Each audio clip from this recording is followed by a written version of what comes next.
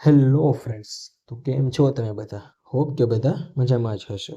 આજના વિડીયોની અંદર આપણે જોવાના છીએ કે ચોઈસ ફિલિંગ કરવા માટેની સાચી રીત શું હશે. આપણે કઈ રીતે ચોઈસ ફિલિંગ કરવું કે જેથી આપણા લો સ્કોર હોય છતાં પણ આપણને જે છે આપણા સ્ટેટની બેસ્ટ કોલેજ મળે. સાથે સાથે લો સ્કોર પર બેસ્ટ કોલેજ મેળવવા માટેની એક ટ્રીક પણ તમને જે છે આ વિડીયોની અંદર મળી રહેશે. તો ચાલો વિડીયોની શરૂઆત કરીએ. એના પહેલાં જે છે આપણી ચેનલને સબસ્ક્રાઈબ કરી અને લાઇક અને શેર કરી દેજો. હવે આગળ વાત કરીએ તો કે ચોઈસ ફિલિંગ એટલે શું? તો કે મેરિટ લિસ્ટ આવી જાય ત્યારબાદ તમારે જે કોઈ પણ કોલેજમાં એડમિશન લેવાની ઈચ્છા હોય તેને સિલેક્ટ કરી અને સરકારને જણાવવાની પ્રક્રિયા. એટલે કે તમારે મેરિટ લિસ્ટ આવી જાય ત્યારબાદ તમારે જે છે એક પ્રોપર કોલેજનું જે છે લિસ્ટ આપવાનું રહેશે કે મને એટલી કોલેજની અંદર એડમિશન લેવાની ઈચ્છા છે. ત્યારબાદ સરકાર જે છે એ તમારા માર્ક અને કટ ઓફને જોઈ અને તમને જે કોઈ પણ કોલેજ જે છે એ મળવાપાત્ર હશે તેમાં એડમિશન આપશે. પછી શું અમારે જે છે લો સ્કોર હોય છતાં પણ ચોઈસ ફિલિંગમાં જે છે ટોપ કોલેજ જે છે ઉમેરી શકાય? તો કે હા, તમારે કેટલો પણ લો સ્કોર હોય તમે રજિસ્ટ્રેશન કરી અને મેડિકલ એડમિશન પ્રોસેસમાં ભાગ લીધો છે તો તમે 100% ચોઈસ ફિલિંગ સમયે તમારા સ્ટેટની ટોપ કોલેજને પણ સિલેક્ટ કરી શકો છો.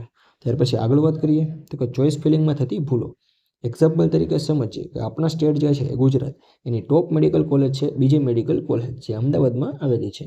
ત્યાં 10 સીટ છે અને આપણી પાસે જે છે એ ટોટલ અપ્લાય કરેલા સ્ટુડન્ટ જે છે 12 છે, જેમાં 10 સ્ટુડન્ટ જે છે એને 700+ માર્ક છે અને 2 સ્ટુડન્ટ જે છે એને 690+ માર્ક છે.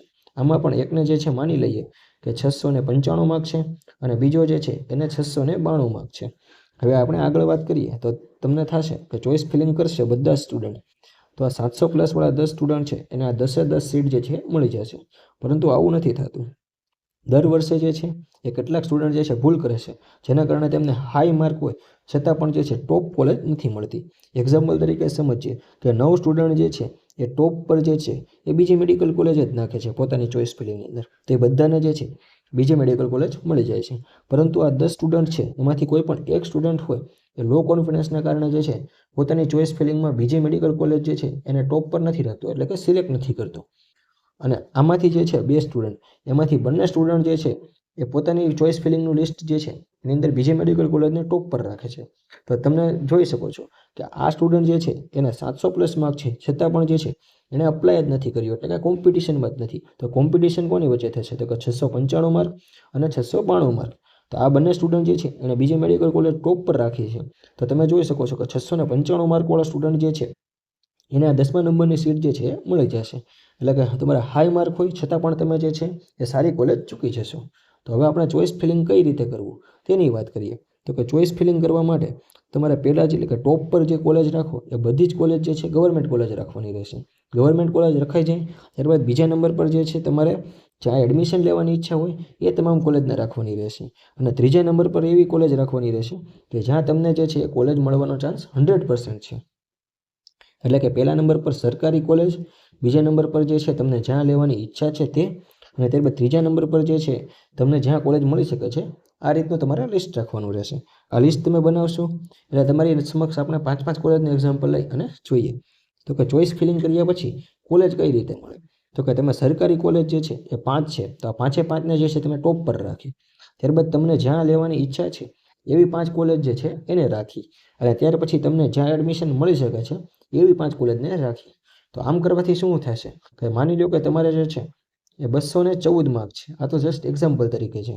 તો તમે જે છે 214 માર્ક છે અને તમારું ચોઈસ ફિલિંગ જે છે એ આ રીતનું દેખાતું હશે 1 2 3 4 5 6 7. આ તો જગ્યા નથી એટલે 8 9 10 11 12 13 14 અને 15 જે છે એમાં 5 સરકારી, ત્યાર પછીની જે છે 5 એ તમને જ્યાં એડમિશન લેવાનું છે તે અને જ્યાં એડમિશન મળી શકે છે તે.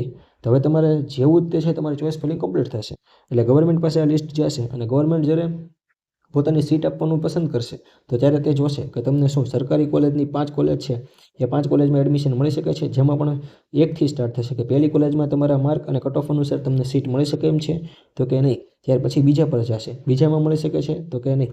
ત્યાર પછી ત્રીજા પર. આ રીતે જે છે 5-5 સરકારી કોલેજ જે છે એ જોશે કે તમારા માર્ક અનુસાર જે છે તમને સીટ મળી શકે એમ છે. તો એમાં જે છે તમને મળી શકે એમ હોય તો અહીંયા 100% મળી જશે.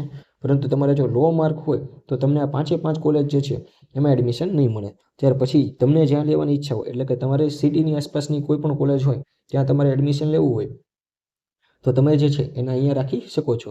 તો આમાં પણ સરકાર જોશે, છઠ્ઠા નંબરથી સ્ટાર્ટ કરશે કે શું છઠ્ઠા નંબર પરની જે કોલેજ છે, માની લો કે ભાવનગર ગવર્મેન્ટ કોલેજ જે છે એને તમે રાખી હોય તો અહીંયા મળવાનો ચાન્સ છે, તો કે હા, તો અહીંયા તમને એડમિશન આપી દેશે. પરંતુ તમારા માર્ક લો હોય તો આગળની કોલેજ પર જશે, એટલે કે 7મા નંબરની, ત્યાર પછી 8મા નંબરની. આ રીતે લાઇન બાય લાઇન જે છે એ આ 5 કોલેજને પણ જોશે. જેમાં તમને મળવાપાત્ર હોય તો એડમિશન મળી જશે, અથવા તો જે છે એ સ્કીપ થઈ જશે. ત્યાર પછી જ્યાં તમને એડમિશન મળી શકે છે તેવી કોલેજ તમે રાખી હશે. તો અહીંયા તમે જોઈ જ શકશો કે તમને આ 5 કોલેજમાંથી કોઈ પણ એક કોલેજમાં તો જે છે તમને એડમિશન મળી જ જશે.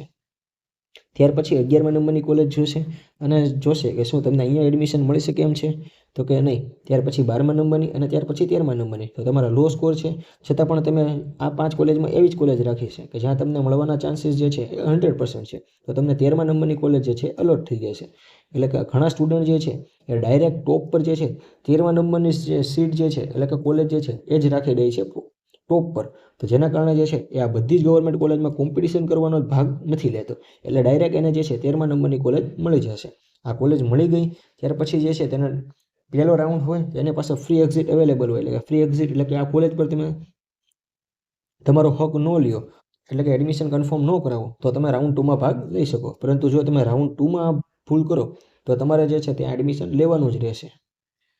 હોપ તમને આજનો વિડીયો જે છે એ સારો લાગ્યો હશે અને તમારે જે છે તમારી પાસેનું તમારા માર્ક અનુસાર જે છે એ એક લિસ્ટ જોતું હોય, એટલે કે ચોઈસ ફિલિંગ કરવા માટેનું પ્રાયોરિટી લિસ્ટ કે જે છે અમારા દ્વારા બનાવવામાં આવશે. જેમાં તમને કીધું એમ ટોપ પર જે છે ગવર્મેન્ટ, ત્યારબાદ બીજા નંબર પર જે છે તમને જ્યાં, એટલે કે તમારે જ્યાં એડમિશન લેવું છે તે કોલેજ, અને ત્રીજા નંબર પર તમને જ્યાં મળી શકે એમ છે.